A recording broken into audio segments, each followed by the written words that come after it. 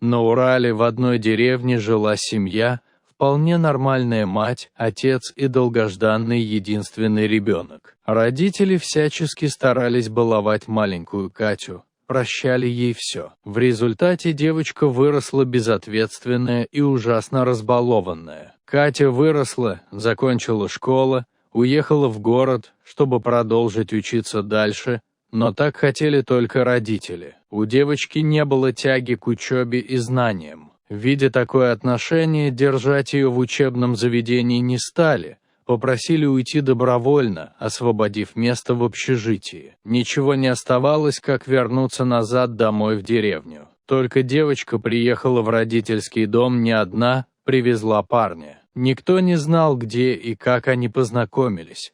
Девочка вела себя тихо и никому ничего не рассказывала, даже родной матери. Анатолий оказался точно таким же, как и Катя. Ему нравилось гулять и ничего не делать. В городе они жили на деньги, которые давал отец, но длилось беззаботное время недолго. Отец вышел на пенсию, мать тоже, денег в семье стало меньше, а на пенсию не особо погуляешь. Парню сразу это не понравилось. Он стал собираться обратно в город, да вот только Катя забеременела, пришлось жениться. Родители достали все свои сбережения и благословили детей на долгую семейную жизнь. Время шло, отец болел, скончался он в больнице. Как только отца схоронило, Катя и Анатолий положили глаз на дом. Они считали, что если продать такой большой дом, то можно получить большую сумму, на которую можно беззаботно жить долгие годы, а им так хотелось красивой жизни. Молодые люди, недолго думая, решили, что нужно сделать для старой матери несчастный случай. На их счастье и на беду пожилой женщины Анна Егоровна часто болела. Приходилось ездить в больницы, а возил ее как раз зять. В одно морозное утро отправился Анатолий, как обычно, везти тещу в больницу. До города порядка 50 километров, дорога глухая, никто по ней не ходит. Неожиданно на середине пути машина остановилась, застряла.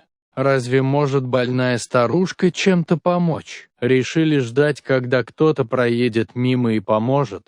Но ведь дорога глухая, машины по ней не ездят. Тогда зять и предложил остаться Анне Егоровне в машине, а самому сбегать за помощью. Тепло в машине было недолго, стало холодать. Посидела старушка и решила, что таким образом она точно замерзнет, и отправилась в сторону дома пешком. Дорога не близкая, уехали они почти на 30 километров. Для молодого парня это небольшое расстояние, а вот для пожилого человека как смерть. Но старушке повезло. В деревню ехали гости к соседке и подвезли Анну Егоровну до самого дома. Только переступив порог, раздались пьяные голоса детей. Старушка от услышанного замерла на месте, ведь родная дочь смеялась и рассуждала, как теперь они будут жить, дом продадут быстро, благо мать теперь мертва. Как смерть бледная, Анна Егоровна зашла в комнату. Дочь сразу же замолчала.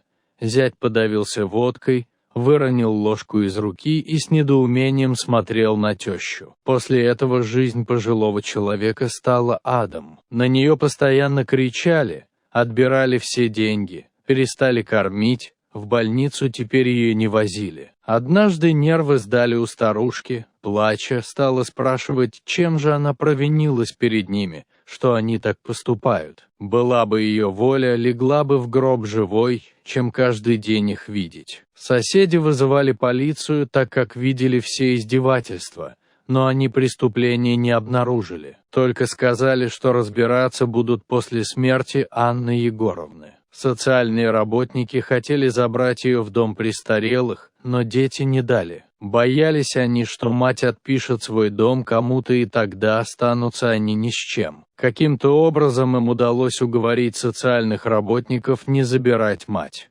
Прошел год, Анна Егоровна не стала. Никто не знает, своей смертью умерла или дети помогли. Анатолий с Катей дом продали и уехали жить в город, как и мечтали.